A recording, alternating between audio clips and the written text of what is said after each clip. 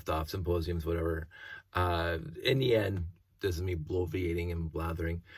I really enjoyed Bricklemania, and it was a wonderful experience. And I will be going back should they have another one.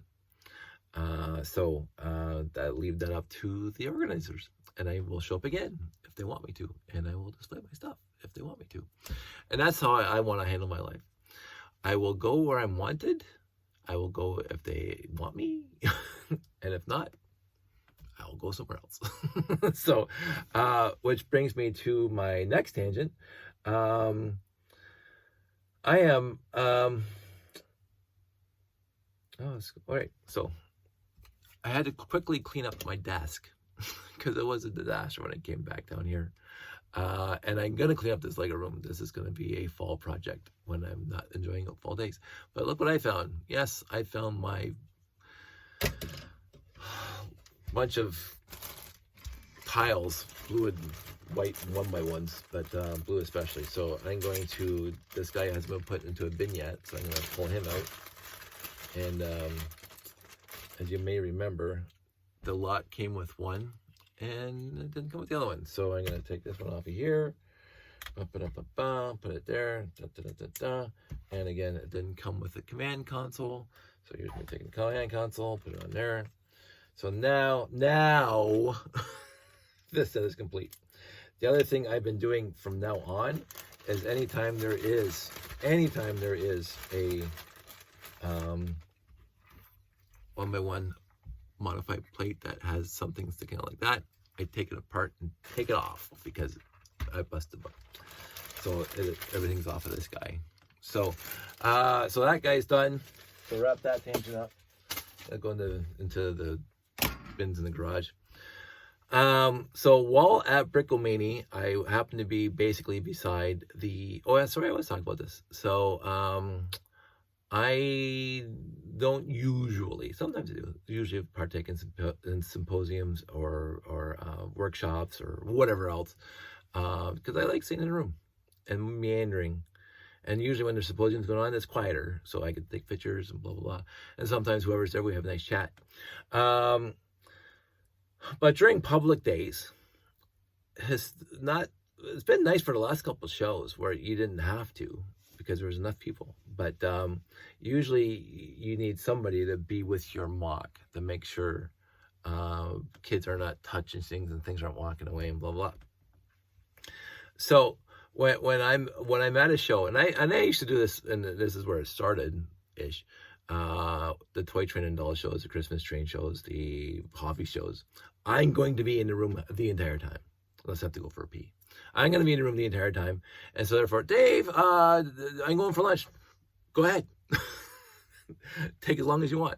If you want to go I'm going to be here. I'm going to be here manning the tables to talk to the public. Because that's where I want to be. If I didn't want to be there, I wouldn't be there. And if I usually, and that's never failed me with the friends I have, which the top drawer, all of them, is, I have to go do something. Go ahead, Dave. Right? And so that's fantastic. But overall, 98% of the time, I'm going to be in the show. I'm going to be there. And if people need to go do something else, fantastic. That wraps up that tangent. Oh, that's two.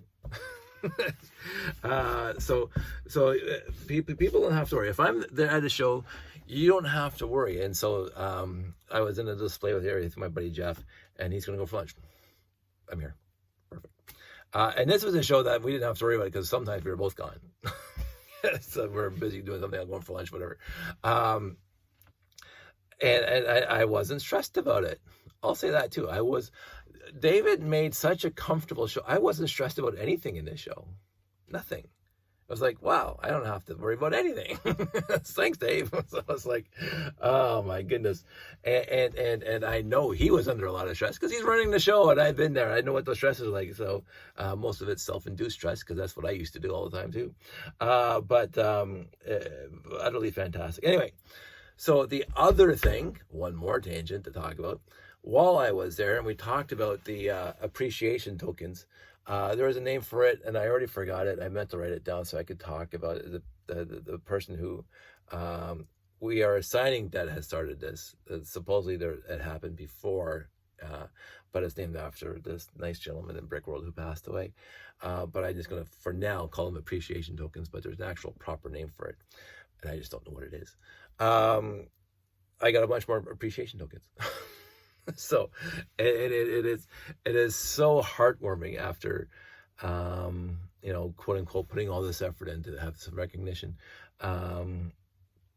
It's absolutely wonderful. And when I was looking at the appreciation tokens, and there was some things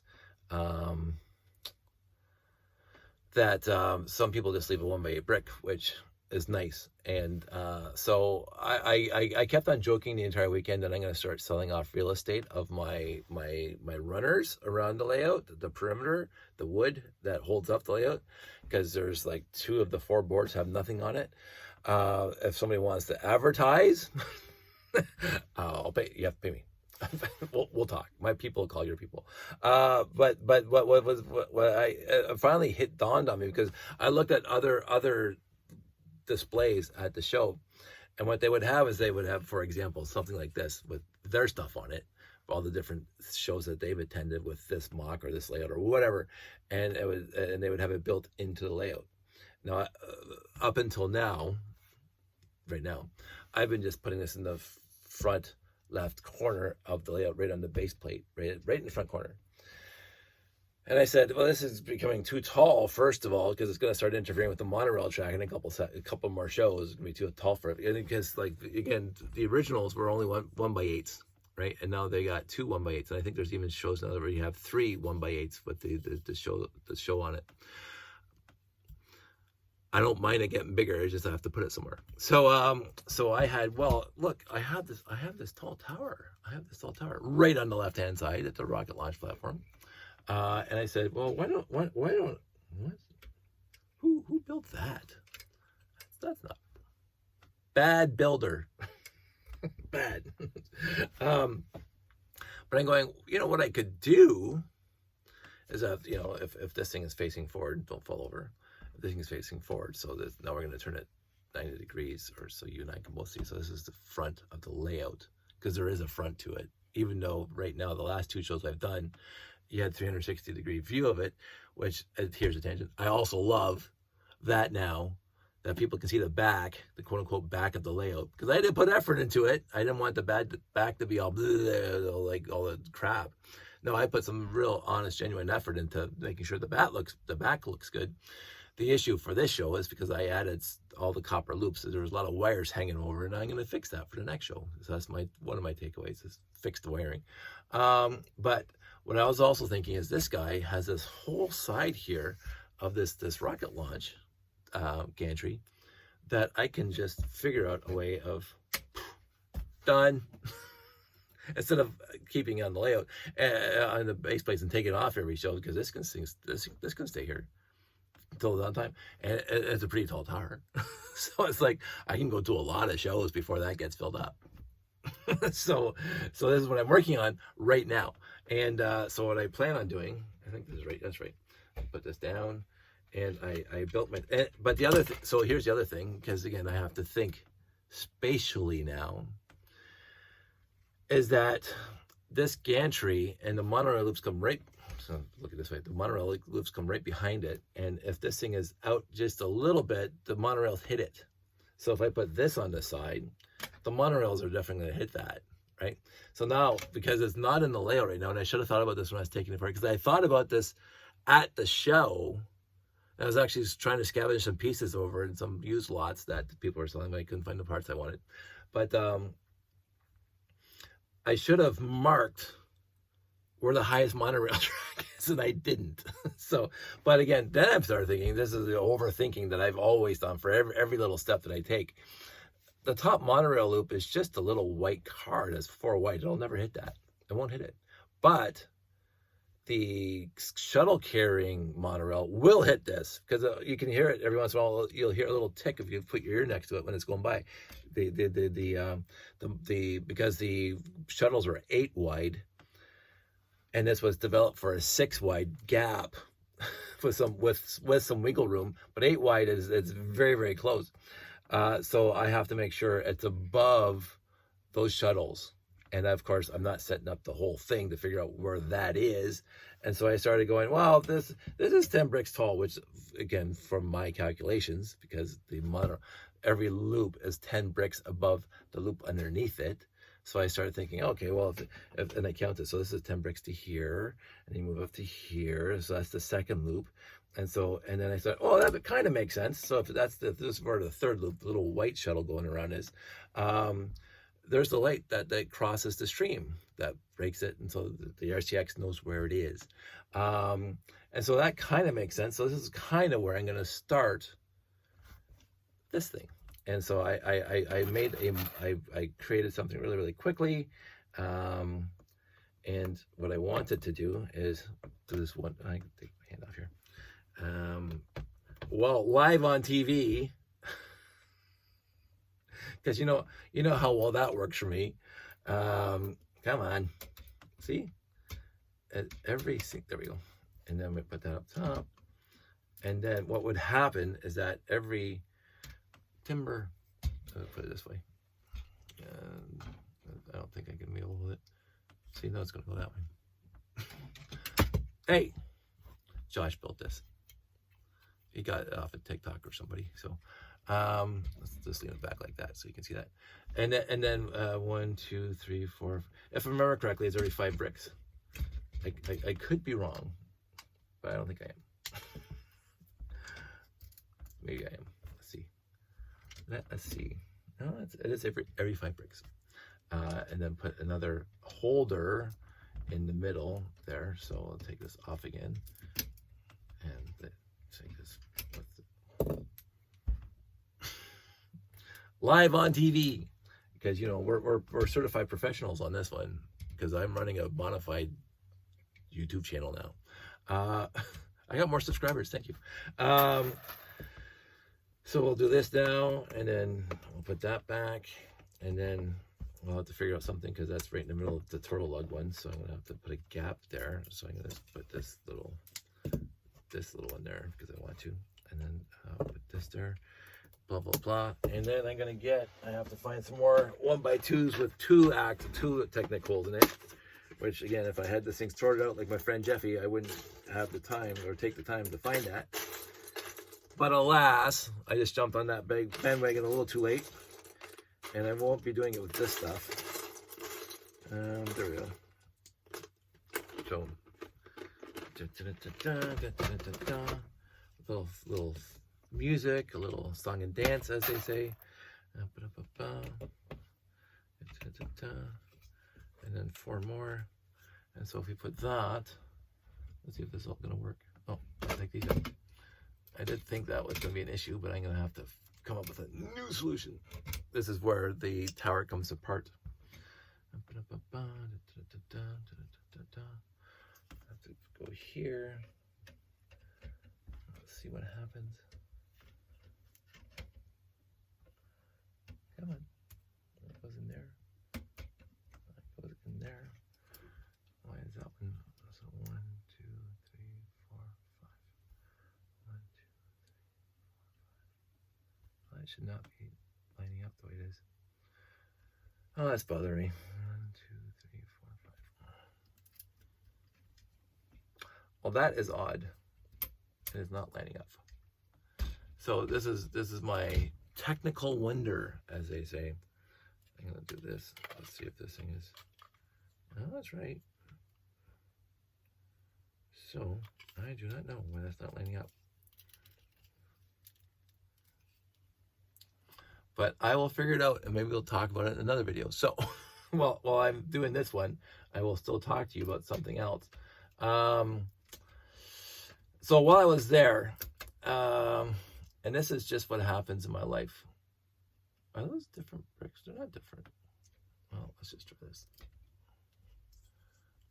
I was talking to the guys who were running the GVC. Why is that? That's not lined up. This is very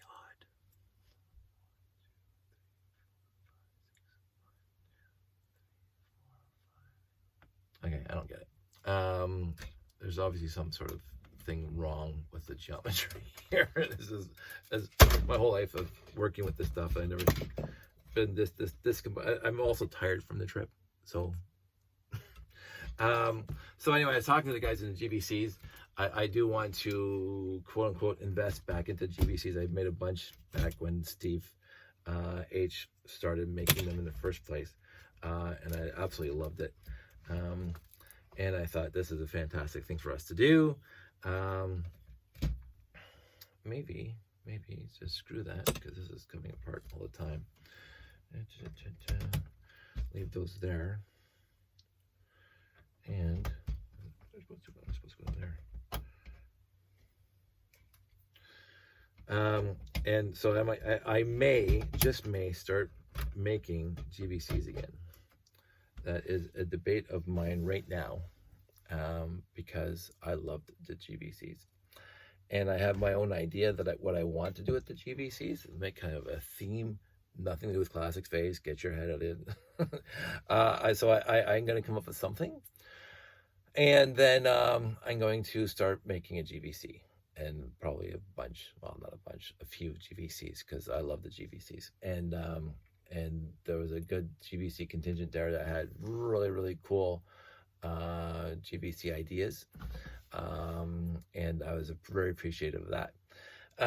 So in the end, the whole thing was for me, fantastic from top to bottom, and we're 16 minutes, so anyway, I'm gonna wrap this up. Thank you, David. It was wonderful. From the bottom of my heart. You need anything, let me know. I have a few takeaways from the show. A few friends asked for X, Y, and Z. See if I have any. I'm going to look at that soon. I might do another video on that, and then work out the shipping cost to them. And at the show, not to talk about me, at the show I did give away, quote unquote, give away one of my RCXs, because I am downsizing, and I said it many, many times. so yeah, let's end off with something about me. And I usually don't like talking about this stuff, but I got a YouTube channel to fill. So two things. I copperized the top loop the day before we left. So that was Wednesday. Tuesday and Wednesday I was copperizing, and I'm good at it now, quote unquote good at it now. And I tested it. You saw the video. If you saw the video of the one loop in the middle of the room floor, to make sure it worked before I packed it up. But I did not have time to unpack the uncopperized monorail track that was already in my bins, because they're already in the van, basically. So what happened was that I brought the copperized monorail in a separate bag. And when I got to the show, I swapped the copperized for the non-copperized. But then I had all this non-copperized track. And I said, I don't want to bring this home. I don't want to bring this home. That's one more thing for me to bring home. What I did this show specifically, because I had the time and I puttered, and people saw me puttering all weekend. It was great. As I made the layout basically, quote unquote, the way I want it, with all the doodads and all the people walking around. Now it's going to change a little bit, but over the years of doing this layout, I had one drawer in one of those boxes that was just getting full of parts and pieces that fell off here, and we've replaced there, and blah blah blah, and we upgraded that and those. So I had a whole mitt full. I don't think did I bring it down here? I have a whole mitt full of, that's not it,